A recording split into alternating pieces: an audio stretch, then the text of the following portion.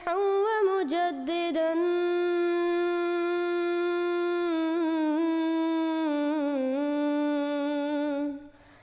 فارنوا بنظر طاهر وجنان.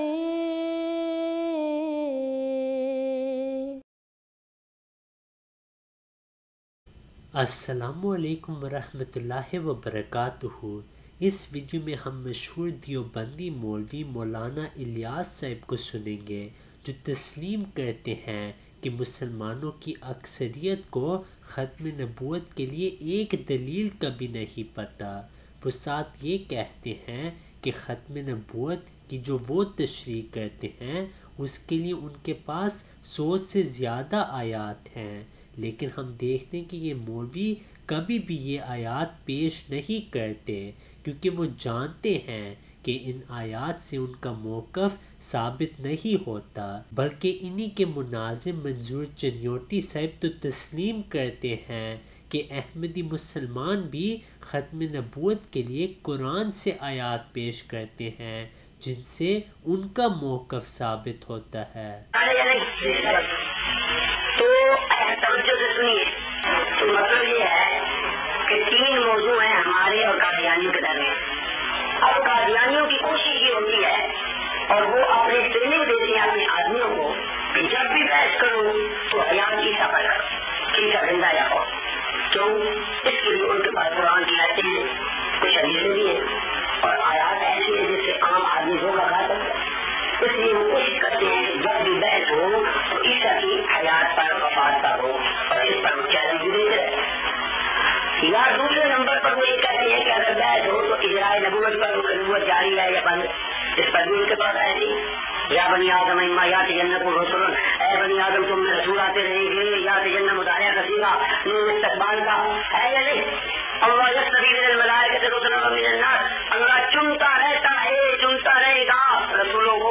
اس کے لیے اس لیے ان کی کوشش یہ ہے کہ یا بحث ہو وفات مسیح پر اور یا بحث ہو اجرائے نبوت.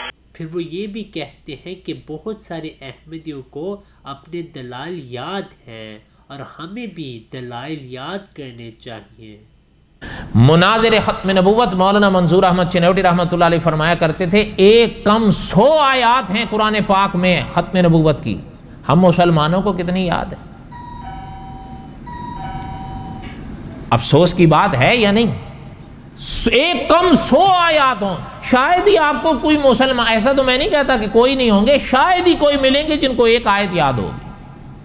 بلکہ مناظر ختم نبوت مولانا منظور احمد چنیوٹی رحمۃ اللہ علیہ فرمایا کرتے تھے کہ کلمہ طیبہ کی طرح عقیدہ ختم نبوت کی آیت کو یاد کرو، ساری نہیں ہو سکتی ایک یاد کرو. ایک کم 100 تو کیا یاد کریں گے آپ اور میں، ایک تو کر سکتے ہیں. اب تو دور بدل گیا.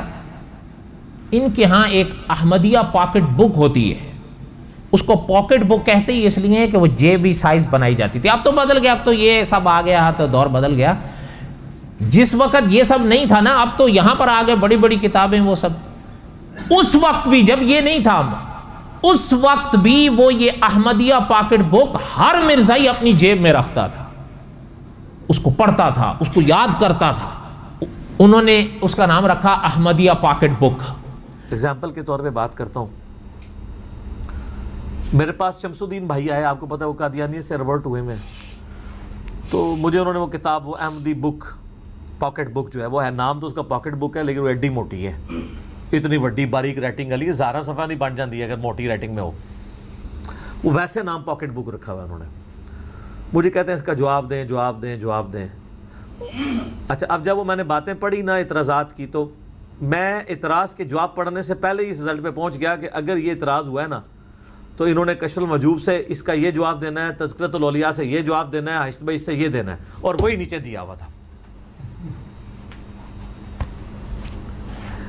میں نے کہا یار اس کا جواب نہیں ہو سکتا، میں نے کہا یار اس کا جواب نہیں ہو سکتا، میں نے کہا یار اس کا جواب نہیں ہو سکتا. کہتے ہیں ہمارے علماء دیوبند اور بریلوی اور اہل حدیث تو مجھے یہ بتاتے تھے کہ یہ احمدی پاکٹ بک کے اندر جتنے جواب دیے ہوئے نا یہ احمدی دیے ہوئے ہیں، کوئی نہیں لکھے ہوا کشف المجوب میں یہ کچھ. میں نے کہا تمہیں توفیق نہیں کبھی ہوئی کہ کشف المجوب کھول کے میں پڑھوں کہ واقعی لکھا ہوا ہے کہ نہیں. میں نے کہا یہ رینڈملی کھولو واقعہ نکالو, میں تمہیں ابھی کشف المحجوب بریلوی اور دیوبندیوں دونوں میں سے نہ نکال کے دوں نا, مجھے پکڑ لینا. If you have not yet subscribed, make sure to subscribe and click on the bell icon so you can get notifications for every new video. Also make sure to like and comment on the video and follow on Twitter and Instagram.